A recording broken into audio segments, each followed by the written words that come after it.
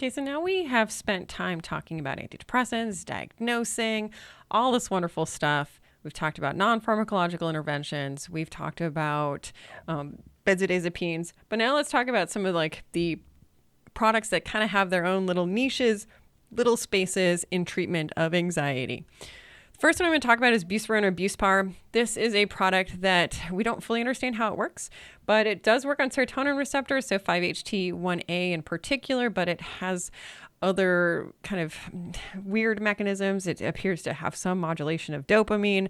It is really used second line for generalized anxiety disorder. Doesn't have great evidence for benefit for any other type of anxiety or related disorder, though.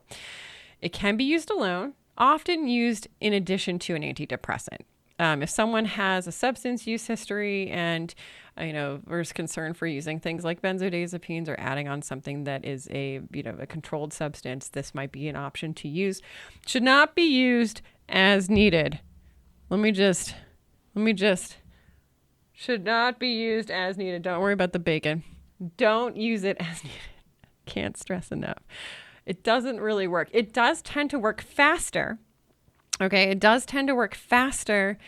So a couple weeks to 4 weeks versus our SSRIs, SNRIs. But it's been studied as needed. Any benefit that from an as needed perspective is all just the power of positive thinking, which honestly, in some cases, maybe that's fine.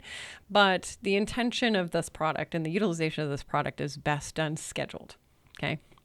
Sorry, it's a hill. It's a hill because I see it all the time. It's like, why bother if you're not using it correctly? Adverse effects, generally actually pretty darn well tolerated. Dizziness, nausea, headaches are the most common. There is a fairly uncommon but notable incidence of akathisia, which we've talked about in other lectures, which is that sense of restlessness. So we do see that probably because of the serotonin and dopamine activity that Buspirone has. There's a newer product that is kind of similar called Buspirone that was approved for actually depression. And sometimes this can be used for depression, but not super beneficial. But I didn't include it in here because it hasn't really taken off, or I haven't seen it yet. But perhaps in future iterations, we'll talk about Buspirone. All right, hydroxyzine, also known as Vistaril or Atarax. They're pretty interchangeable. One's just a hydroxyzine hydrochloride. One's a hydroxyzine pamoate. They were just marketed in tandem for two different reasons, for itching and for anxiety. They both work for both. Okay.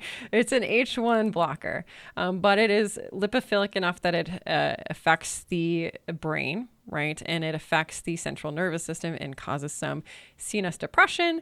It can be used for anxiety symptoms, particularly as a second line for generalized anxiety disorder. What's nice is it works pretty fast. So this can be an as-needed product, unlike Buspirone, but similar to benzodiazepines. So it can be used as needed, which is wonderful. And it can be quite sedating, though. So I have anxiety. I've taken Vistaril from time to time, but I need to not have anything else going on if I take it, because it is so sedating for me, but not for everyone. For some people, doesn't touch them, right? So just being aware that it can be very sleepy inducing for certain people. It also can be anticholinergic or drying, which has its own issues with dry mouth, blurry vision, etc. But if someone's having difficulty sleeping, if they have a substance use history or have concerns about using benzodiazepines, this could be a really great option to have that as needed product. And sometimes just having something available if you need it can be incredibly beneficial. Just knowing, right? It's better to have it and not need it than to need it and not have it. So some people just having something that they can use if their, coping skills and maintenance medication isn't enough can be a really nice thing.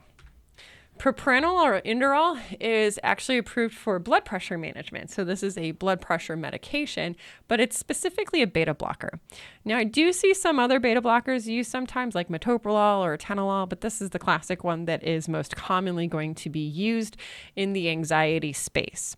So this works by blocking beta receptors. So beta receptors, I think I've mentioned before, we have beta receptors in our heart as well as in our lungs. And when you block beta receptors in the heart, it decreases your heart rate. It decreases the force of contraction. So it'll also decrease blood pressure. Now, if anyone's had physical symptoms of anxiety, you know that one of those physical symptoms that you experience is your heart starts racing, it starts pounding out of your chest, right? So by basically tamping down or mitigating the physiological effects of anxiety, the brain and the body talk to each other, and it can help, particularly in event-related anxiety. Now, this I would also suggest taking ahead of time to see how you feel on it, because for some people it causes the blood pressure to go a bit too low and they can feel fatigued. They can potentially have a syncopal or passing out episode. So being careful when you first try this for performance related events, just to make sure that you don't fall over during your dissertation. Prazosin or mini press is also useful to talk about because it is a product that has some mixed evidence, but is supported for use in essentially PTSD related nightmares. So by blocking alpha receptors in the brain, it seems to reduce the fear response. So it actually can help with sleep quality. It can help people essentially not wake up in a panic in the middle of the night from a PTSD related nightmare. I've heard, and it seems to be the case, that it may not actually stop the actual dream from happening, but most people don't remember their dreams all that well. So I have had some people that be like, I can't take this because even though I'm not waking up, I'm still experiencing the dream and it's really unpleasant. But for a lot of people, by not being awoken in a panic, it really, really can be beneficial. Now, if we're using it in someone who doesn't already have high blood pressure, this will also lower blood pressure. So in particular, when they first started, there's something called a first dose effect, where the body's not adjusted to this change in blood pressure.